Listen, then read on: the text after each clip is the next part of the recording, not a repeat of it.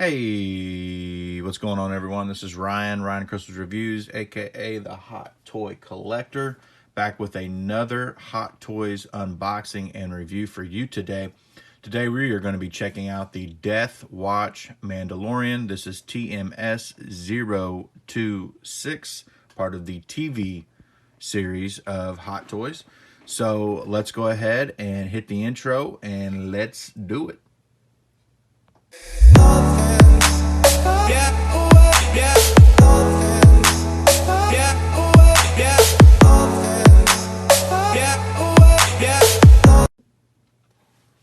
Okay, so here we have the box of the Death Watch Mandalorian. As you can see here, we got a great shot here on the front of the figure. And then we have our banding on the bottom there. Looks really nice. We go to the side here, we get a nice shot of the figure there. And then we get our information, credits, legal stuff in the back. And then we get the banding right there. So let's go ahead and pop this guy open. And of course, we get a beautiful title card artwork. And really looking forward to having this figure. I've heard a lot of good things about this figure from people that have already had it.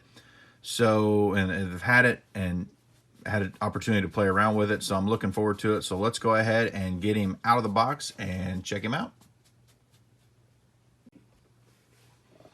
Okay, so he's going to come in your typical Hot Toys clamshell. It's just one tray. There's no special trays underneath or anything like that. So you can see we've got the figure right here. It looks really nice. We've got a jetpack. We've got a couple blaster for the jetpack. We've got a few sets of hands. We get an extra little piece of armor that looks like it's Velcroed. And then we get a couple of guns. Of course, we get our Star Wars base that's right there. So we're going to get him out. Look at him here. It looks really cool. I mean, he's a Mandalorian, right? So he's going to look like Boba Fett and Mando and all that. So this is a really cool figure. I love this fabric underneath. Mando has that same style of fabric. It's just he's a different look to him, and that looks really good. There's a lot of padding. I'm feeling a lot of padding. There's some padding right there. You know, he's got that fatter body that you're going to have with the Mandalorian figures. So let's go ahead and get the accessories out, and let's take a look at all the accessories, and let's take a look and see everything that he comes with.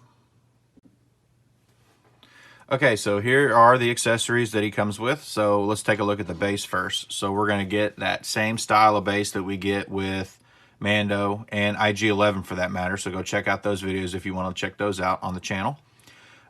So it's this sandy kind of base, like a Tatooine style. I don't remember what system they're on. It's been a while since I've watched Mandalorian.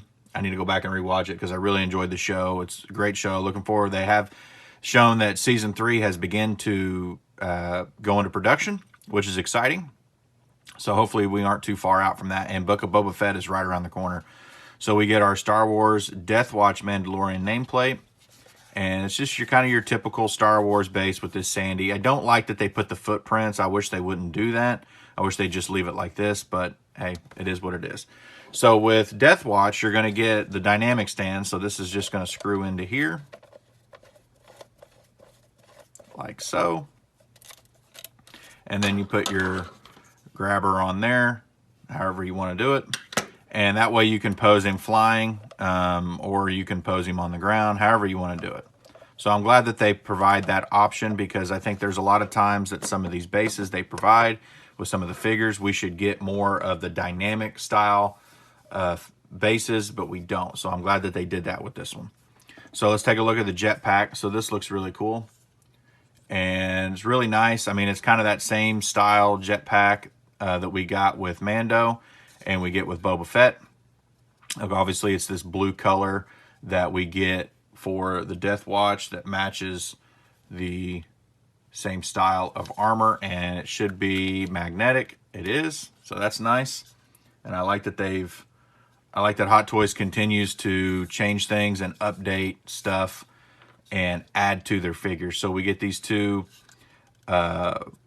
effects for the jetpack, so they just peg right in there.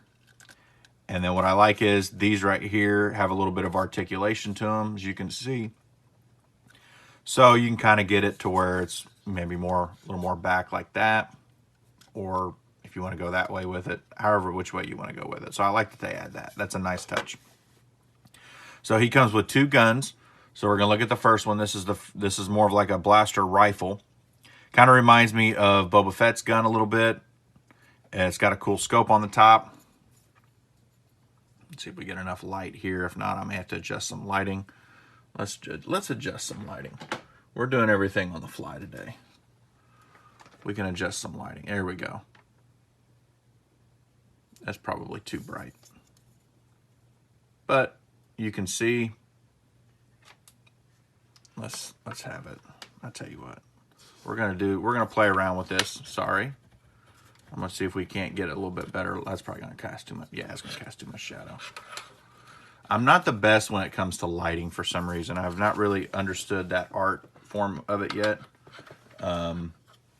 But we are trying. Okay, so that's a little bit better. Okay, so you can see here, we get nice effects, a nice paint application on that. And there it is on the other side. You get a little bit of a weathering effect there. Looks really cool. And there's a little bit of weathering effects on this too. So that's pretty cool. That's a nice little blaster. Like I said, it reminds me of Boba Fett's. And then we get like a blaster pistol that reminds me of Captain Rex's blaster pistols. I'm sure there are people out there that know the name of all these blasters and everything. I don't.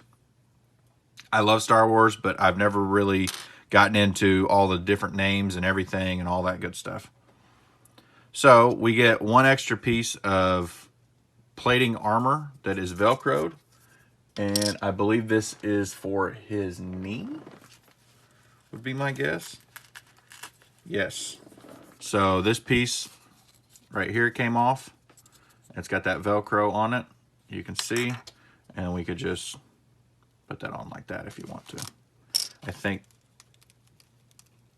Yeah, that one looks like it's got, I guess you can change both those out. That's got Velcro on it too. So it gives you a little bit of a different posing option if you want to go that route. And then we got the hands here. So we get a nice look of the detail here on the armor there for the top of the hand. And this is just a gloved fist hand. Looks real cool. And you get 2 of those, right, left, and then you get trigger hands, right and left. So he doesn't come with a lot of hands. And of course, on the figure himself, and we will attempt to take off the plastic without ruining anything. We'll just set him there for now. On the figure itself, you get kind of this open hand. It's just more like a gesturing hand, I guess. It's not really going to hold anything here. I guess you could get it to hold the blaster this way if you wanted, or even if you wanted to hold it that way, you could. So there's some different options there. So now that we've taken a look at all the different accessories, let's go ahead and get the figure back out here, and let's take a closer look at the Death Watch Mandalorian himself. All right, so here is Death Watch Mandalorian himself. As you can see here, he's got that bluish greenish style armor, so it's a little bit different than Mando is in the Beskar armor, which is, you know, that chrome bright silver color. So let's kind of zoom in here. We'll bring him a little closer to the camera.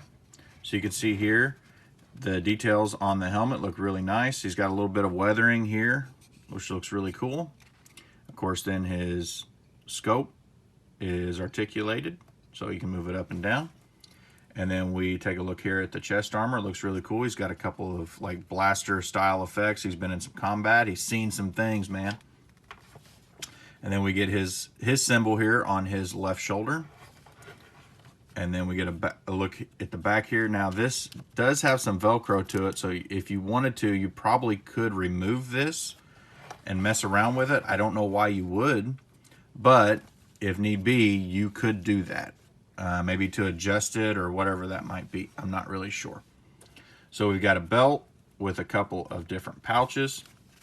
And then he's got a flap back here. Doesn't really go up. And then we've got a spot here for his rifle. Or excuse me, for the pistol. We get a look here at the gauntlets. Look really cool. Now he doesn't have anything that shoots out of his gauntlets like Mando does or like Boba does. But I don't recall a situation where he actually did that in the show. You can see these are a little bit different. This looks like it's controlled for, say, like the jetpack for like missiles or something like that. And then this looks like right here, we get the light on there, that's some sort, looks like that's some sort of weapon as well. And then you get a couple of different leg armor pieces. We get a couple knee pieces, and then we get a look at the boots here. They look really cool. Go all the way up to the calf, and the feet do have some articulation to them, so they're not restricted. They've done a lot better with the boots here in the last few figures on figures that have boots. And in the past, with the figures that have had boots, they've struggled with trying to figure out how to get articulation and still get that good classic look. Kylo Ren is a prime example of that struggles with that. So articulation wise, so he can look pretty much, head can go all the way around.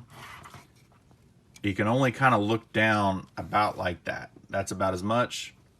And then up, that's about as much. So he doesn't really get that. Remember, Mando's could go down a lot because, you know, when Mando walks around, he basically is always kind of looking down. So that's one thing when you're posing Mando, you want to keep that in mind. You want to tilt that head a little bit downward because it's always the way he walks, the way he carries himself, he's always kind of looking down. Like almost like he's looking down through the very top part of his visor there. So arm-wise, you're not going to get a lot of articulation because you're going to have issues here with the armor. So that's something to keep in mind.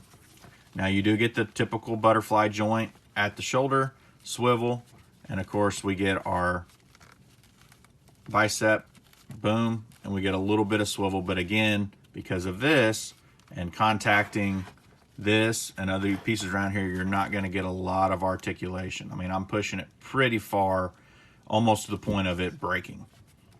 And then of course, you know, swivel on the hand, typical hand peg for the Hot Toys. Chest wise and waist from the sternum, he actually gets a little more bend than what I thought he was going to get. Mando, if you recall, doesn't get much at all. So I'm pleasantly surprised to see that for sure. And then looking back, he can tilt back that much. So that's actually a little more that the Mando figure had the fat suit in him, what we call the fat suit. So this one, they've gone back to that.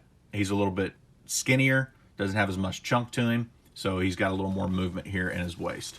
And of course, he'll twist that way and that way pretty good. Leg-wise, you're going to get about what you got with Mando. You're going to be able to kick out about like that. Double jointed knees. And then we already took a look at the feet. Looks pretty good there. So that is the articulation. And, you know, pleasantly surprised with the articulation we get on the figure. I was expecting him to be a little bit more like Mando.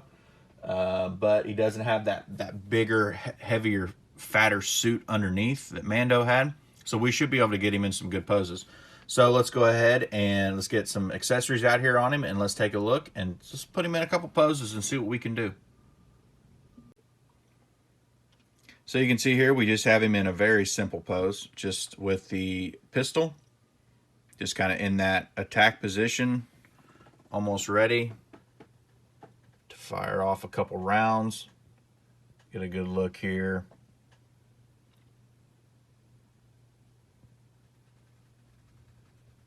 Looks really nice. I love the brown color. Looks really good. I love the wearing on the boots. I didn't talk about that when I was talking about the boots, but you get a little bit of that wear on there. It looks really cool.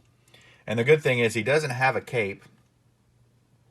So, you know, with Mando, you kind of had to decide, okay, am I going to pose him with the rifle on his back? And then I've got to sacrifice having the jetpack, or do I want to do the jetpack and then sacrifice not having the blaster rifle, the what I would call the long range sniper rifle, I guess.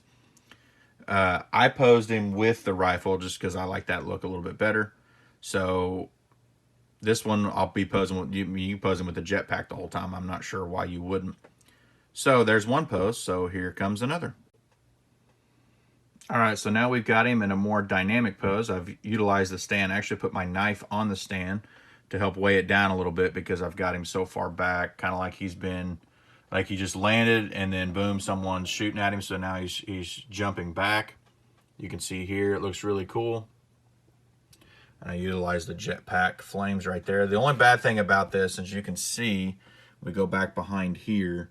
When you use the dynamic stand, the jetpack and the flames kind of have kind of a little bit of a problem with the waist grabber.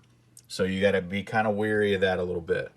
What I did was, to get his arm more up into this position, I actually removed this piece is just Velcroed on. So I took that piece off, moved his arm the way I kind of wanted it, and then slapped that piece back on there.